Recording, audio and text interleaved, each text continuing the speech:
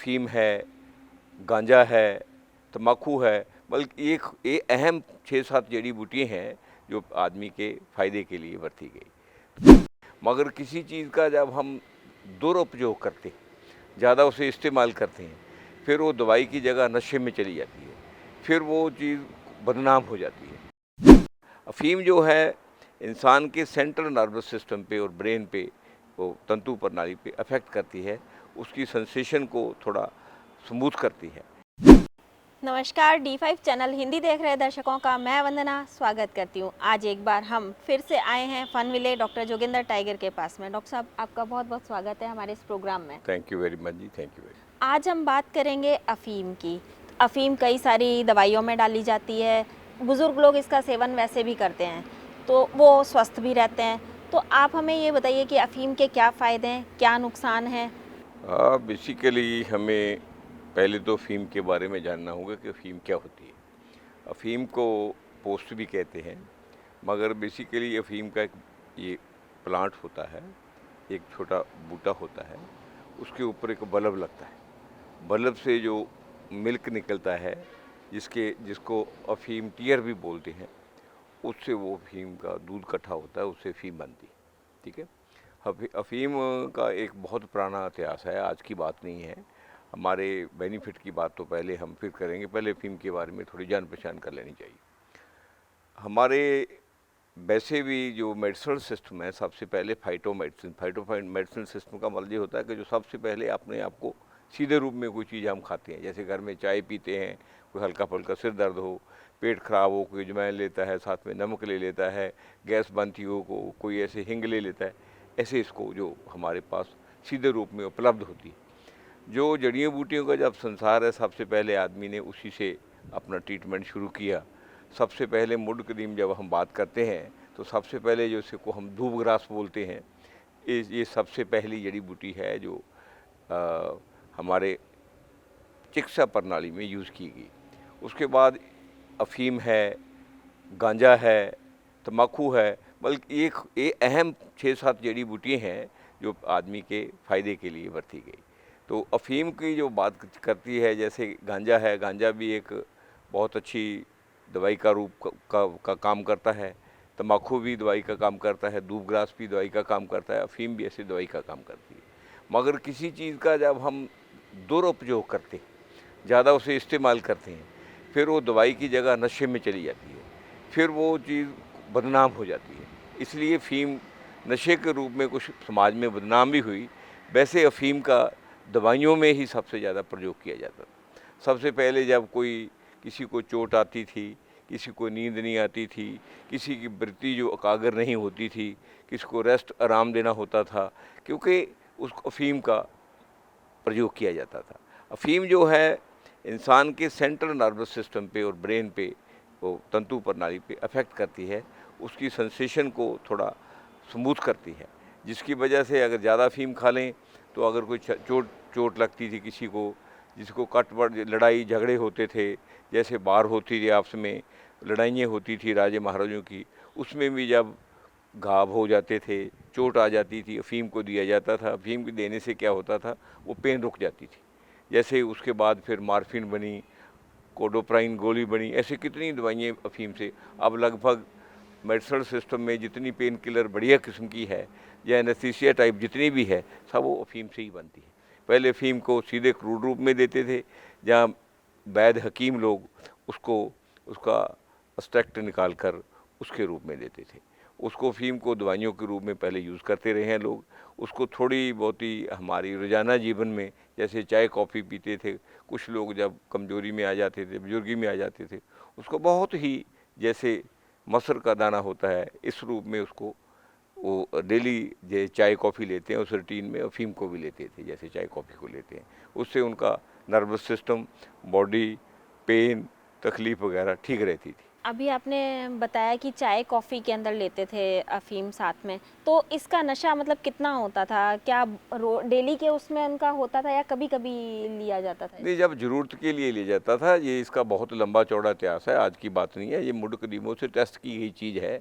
इसका इतिहास जब हम देखेंगे, दुनिया में कोई भी चीज़ लगभग 5000 साल से पुरानी कोई रिकॉर्डेड नहीं मिली। बाकी जो बातें करते हैं, कोई कहता है लाखों सालों से, करोड़ों सालों के, वो एक कहानी है। जब अफ़ीम का हम इतिहास देखते हैं, इसको हम सबसे पहले है एक टाइग्रिस वैली है जिसको हम बोलते हैं, टीगर वैली भी बोल देते हैं लोग। सीरियन, बेबीलोन और ये जो जितना ईरान के इर्द गिर्द का इलाका था, अफ़ीम पहले ईरान से लेकर मिस्र तक अफ़ीम होती थी। उसके आगे फिर अफ़गानिस्तान, इंडिया में अफ़ीम की काश्त होती थी। उसके बाद ये आहिस्ता आहिस्ता फिर ये जब यूरोपियन लोग आए उनके पास भी आगे की आगे अफ़ीम बढ़ती रही। यूरोप वालों ने तो जैसे पहले पुर्तगीज़ आए, इन्होंने गुजरात में अफ़ीम का व्यापार शुरू कर लिया। उसके बाद जब इंग्लिश लोग आए और इन्होंने तो फिर ईस्ट इंडिया कंपनी बनाकर इंडिया को एक तस्करी और नशे का सेंटर ही बना दिया। अफ़ीम के लिए अपने कानून भी बना दिए। इन्होंने स्टार्टिंग में 100 अफसरों को, 25 क्लर्कों को, इंडिया में लगभग कोई लाखों एकड़ में अफ़ीम उगानी शुरू कर दी। उसके बाद ये मेन धंधा उन्होंने पहले बंगाल में शुरू किया, फिर उसके बाद इन्होंने बंगाल से यूपी में, यूपी से राजस्थान में, ऐसे सारे इंडिया में आहिस्ता आहिस्ता नॉर्दर्न इंडिया में सारा काम शुरू हुआ। उसके बाद अफ़ीम का इतिहास जो देखना हो ईस्ट इंडिया कंपनी का, वो चाइना से भी देखने वाला है। चाइना में भी अफ़ीम का कारोबार इनकी वजह से ही बढ़ा और नशेई लोग भी इनकी वजह से ही बढ़े। जब चाइना में 1890 में 1890 में मिशनरी लोग आए तो वहाँ इन्होंने क्या किया, जैसे हमारे कड़ाह प्रसाद की देख करते हैं ना, खाने की देख करते हैं, इन्होंने वहाँ लोगों को अफ़ीम बांटनी शुरू की। लोगों ने इनको ज्वाइन करना शुरू कर लिया। आपको सरप्राइज़ होगा कि अगर चाइना की फिगरें देखेंगे, 1906 में चाइना में 39,000 टन फ़ीम की कंजप्शन होने लगी। उसके बाद लोगों ने फ़ीम बीजनी शुरू की बहुत स्पीड में। 41,000 टन वहाँ होती थी और 39,000 जी टन वो है वो लोग कंज्यूम कर लेते थे। फिर उसकी वजह कि फ़ीम बहुत स्पीड में बढ़ने लगी चाइना में, क्योंकि लोग खाने लगे और रात में बढ़ने लगे। तो फिर इससे यूएसए और ब्रिटेन का फ़ीम का व्यापार बढ़ा। उन्होंने ही फ़ीम के कानून बनाए। जितने भी उल्टे सुल्टे कानून है, इवन यूएनओ भी डील कर रही है, इंटरनेशनल कोर्ट भी बातें करती है, जितने लोग भी बातें कर, यूएसए और इंग्लैंड आजकल भी बातें करते हैं, और पेचीदा कानून हैं वो सारे उन्होंने अपने लिए ही बनाए हुए हैं, किसी दुनिया के लिए नहीं बनाए हुए। इंडिया में भी उन्होंने बहुत कानून बनाए। इंडिया में जो नारकोटिक एक्ट 1985 में इंडिया गवर्नमेंट ने भी बनाया, उसके पीछे भी एक ब्रिटिश साजिश छुपी हुई है, उस कानून के पीछे भी, अगर उसका ध्यान करेंगे। इसलिए ये कानून हमारे कामयाब नहीं हुआ, क्योंकि ये था कि फ़ीम हम लोग ग्रो करते हैं इंडिया में।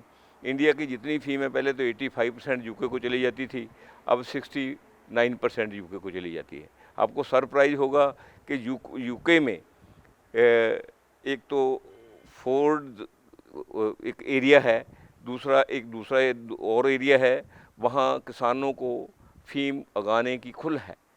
किसान कितनी भी फ़ीम उगा सकते हैं, कोई परमिशन की ज़रूरत नहीं, मगर फ़ीम से दवाई नहीं बना सकते। हमारी फ़ीम जो हम उगाते हैं वो यूके को चली जाती है, या दूसरी दवाइयों को जो स्मगलिंग वाले बड़े लोगों व्यापारियों के पास चली जाती है। अगर किसान अपने लिए एक पौधा भी उगा ले, हमारी कोर्टें उसको क्या करती है, नारकोटिक एक्ट के अंडर उसको 10 साल की जेल देती है। अगर दोबारा उगा ले तो उसको फांसी की सज़ा है। तो हमारे लोगों के लिए कानून ये है, हमारी उगाई हुई कानून ब्रिटेन को चली जाती है फ़ीम। ये देखिए ऐसा है।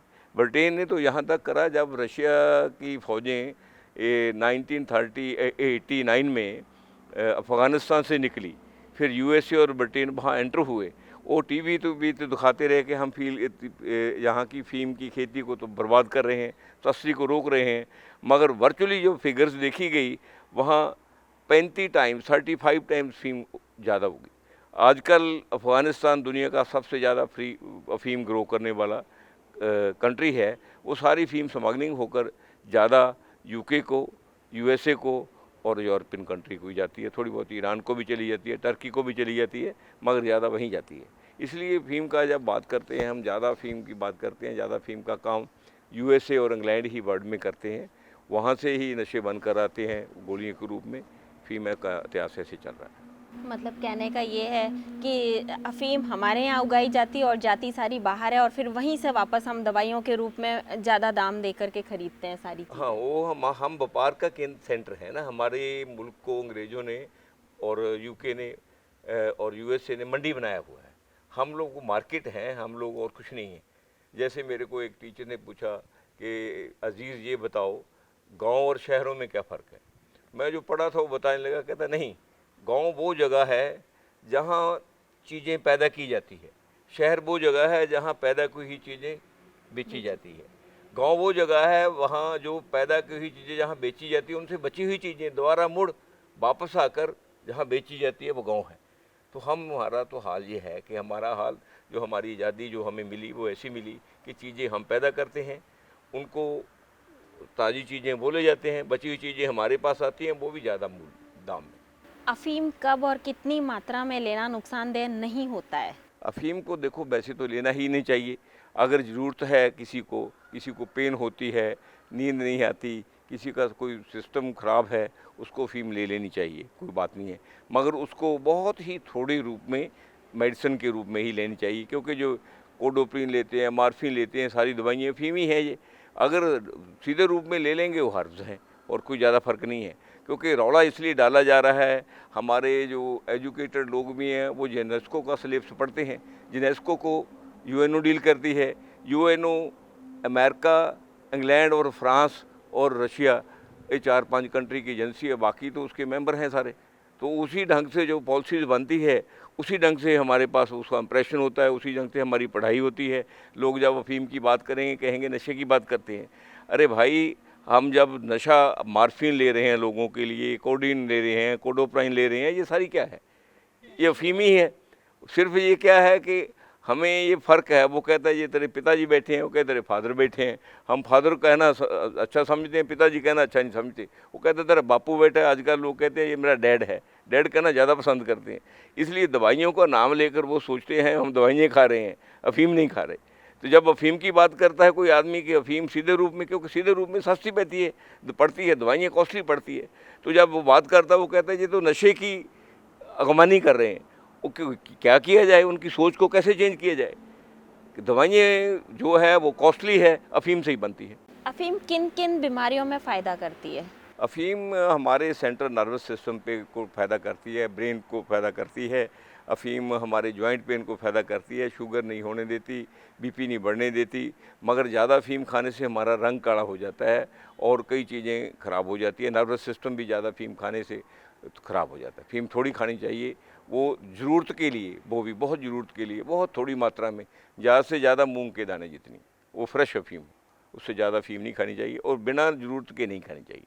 कितने दिन बाद रिपीट की जा सकती है, मतलब कितने दिन बाद इंसान? ज़रूरत के लिए अगर ज़रूरत है तो कंटिन्यूसली भी इसको खाया जा सकता है। जब ज़रूरत नहीं होती तो इसको छोड़ देना चाहिए। अगर जब हम नशे के रूप में खाते हैं फिर इसको छोड़ना मुश्किल हो जाता है, इसलिए इसको नशा नहीं करना चाहिए फ़ीम का।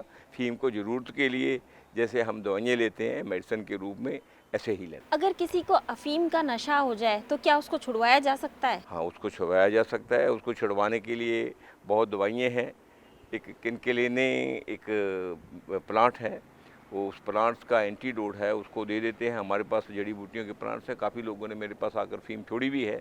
और जैसे गवर्नमेंट अपने सेंटरों में छड़ाती है, वो तो फ़ीम के बदले में दूसरी नशे की दवाइयाँ देती है, हम नहीं देते। हम क्या करते हैं, उसकी इम्यूनिटी बढ़ाते हैं।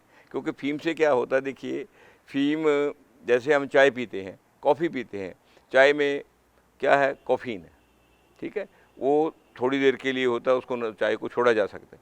मगर इसमें क्या है, मॉर्फिन तो कोडीन है, ये हमारे ज़्यादा खाने से नर्वस सिस्टम पे इफ़ेक्ट करती है। नर्वस सिस्टम में जब इफ़ेक्ट करती है तो उसमें से इसको निकालना बड़ा मुश्किल हो जाता है। आदमी जब अफ़ीम नहीं मिलती तो वो नर्वस ही हो जाता है। इसलिए हमारे पास जड़ी बूटियाँ हैं, हम जड़ी बूटियों से उसका टॉक्सिक मैटर जो है, उसकी नाड़ी प्रबंध है, उसको ठीक करते हैं। उसके बाद उसकी इम्यूनिटी बिल्ड करते हैं, उसमें एनर्जी बिल्ड करते हैं। जब एनर्जी और इम्यूनिटी बिल्ड हो जाती है तो आहिस्ता आहिस्ता वो फ़ीम को कढ़ाता रहता है, कम करता रहता है, कम करता रहता है। फिर 2-3 महीने उसका और चलता रहता है दवाई बूटी। कैफीन और कोडीन में क्या अंतर होता है? कैफ़ीन जो है ये चाय वगैरह में मिलती है, इसका नशा प्रलॉन्ग नहीं होता, ये ज़्यादा मांसपेशियों पे असर नहीं करती।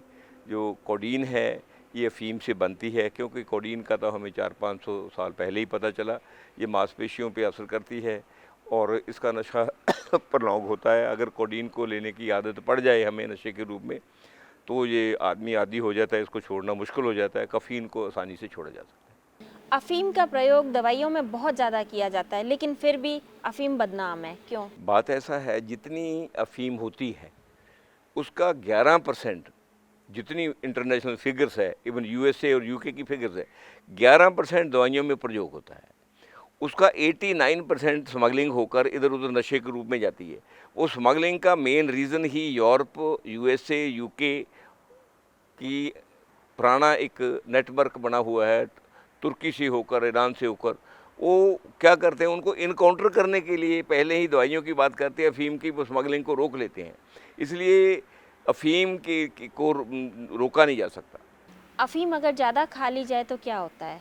ज़्यादा खाने से अफीम का नुकसान होता है, क्रैम्प्स पड़ जाते हैं, पेट इकट्ठा हो जाता है। कई बार ज़्यादा अफीम खाने से आदमी की डेथ भी हो जाती है, ज़रूरत से ज़्यादा खाएंगे अगर अफीम।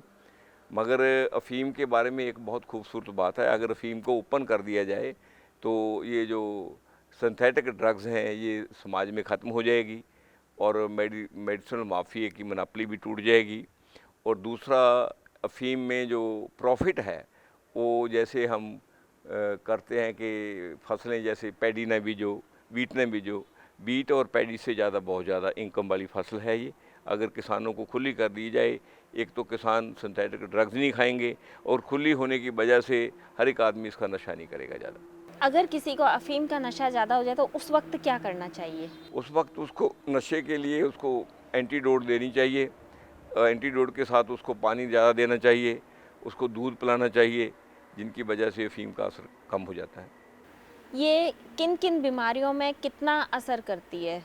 अलग अलग बीमारियों में है, जैसे अफीम का, ये अफीम का दाना है जिसे हम खसखस बोलते हैं। खसखस के बहुत बेनिफिट हैं। जैसे किसी को रात को नींद नहीं आती, अफीम दाना का 2 चम्मच उसको रात को रगड़ कर दूध में दे दिया जाए, नींद आ जाती है।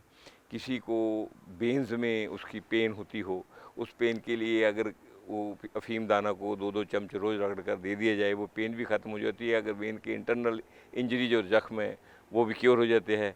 किसी को स्पाइन में लगातार पेन होती हो, जॉइंट में पेन होती, जो अफीम दाना को दे दिया जाए अफीम की जगह, वो भी ठीक हो जाती है। मगर अफीम दाना का नशा जो है वो परमानेंट नहीं होता, उसको छोड़ा नहीं जा सकता है आराम से। उसको खाने के बाद जब आदमी पेशेंट ठीक हो जाता है मेडिसिनल ट्रीटमेंट के बाद, उसके दाने के ट्रीटमेंट के बाद, तो उसको छोड़ा जा सकता है। अफीम के अगर लेगा तो अफीम को छोड़ना मुश्किल हो जाता है।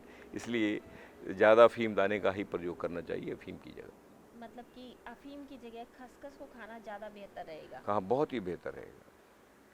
खसखस ब्रेन के लिए भी बहुत यूज़फुल है, नर्वस सिस्टम के लिए भी बहुत यूज़फुल है, लीवर के लिए भी बहुत यूज़फुल है। अगर अफीम को ओपन कर दिया जाए, यानी कि खुले तौर पर सब जगह इसकी बिक्री हो, पैदावार हो, तो क्या होगा उससे? उसमें बहुत फ़ायदा होगा। देखिए, अफीम के लिए हमारी जेलों में 35 से 40% लोग वो हैं जो अफीम खाते हैं, बेचारे स्मगलिंग नहीं करते। उनको निगरानी के लिए उनको ही सज़ा मिल रही है। जो स्मगलर हैं उनको कोई सज़ा नहीं मिलती। हमारे बड़े बड़े पॉलिटिशियन भी हैं जो अफीम में इन्वॉल्व हैं, बड़े बड़े ऑफिसर्स भी हैं और तरह के लोग, बहुत तरह के हैं, किस किस का नाम लें। मगर जो अफीम बेचारे खाते हैं, जिनकी ज़रूरत है, वो जेलों में। वो हमारे जेलों में उनको निगरानी के लिए सारी सिक्योरिटी लगी हुई है, सारी एंटी ड्रग माफिया लगा हुआ है, सारी जुडिशली उनको सज़ा देने के लिए लगा है। इन लोगों को इन चीज़ों से फुर्सत मिल जाएगी, मुल्क के लिए और काम कर लेंगे, ठीक है नहीं। इसलिए वो जो खामखाई लोग, बेवजह खाने वाले, जो स्मगलिंग नहीं करते, ना ही अफीम बेचते हैं, उनका छुटकारा हो जाएगा, जुडिशली का छुटकारा हो जाएगा, पुलिस का छुटकारा हो जाएगा, जेलों का छुटकारा हो जाएगा। फालतू किस्म की जो हमारी कागज़ में गवर्नमेंट लगी हुई है, कागज पत्र में, उसका छुटकारा हो जाएगा। इसलिए अगर बात ऐसा गवर्नमेंट करती है तो हमारे देश का रेवेन्यू भी बढ़ जाएगा और देश को काम करने के लिए एक अलग दिशा और मिल जाएगा, इससे छुटकारा हो जाएगा। डॉक्टर साहब, आपने हमें बहुत ही महत्वपूर्ण जानकारी दी, आपका बहुत बहुत धन्यवाद। अगले एपिसोड में आपसे फिर मुलाकात होगी, तब तक के लिए नमस्कार। ज्योतिष कोई टोना टोटका नहीं है, एक विद्या। जोशी कोई जादूगर नहीं है, आपका अच्छा सलाहकार। कैसे कर सकते हैं आप अपनी समस्याओं का हल इस विद्या को जानकर? यह कोई भ्रम नहीं, एक साइंस। आपके ग्रहों में छिपा है आप ही की समस्याओं का हल। तो देर किस बात की? आइए देखते हैं अपना प्रोग्राम ज्योतिष एक विद्या।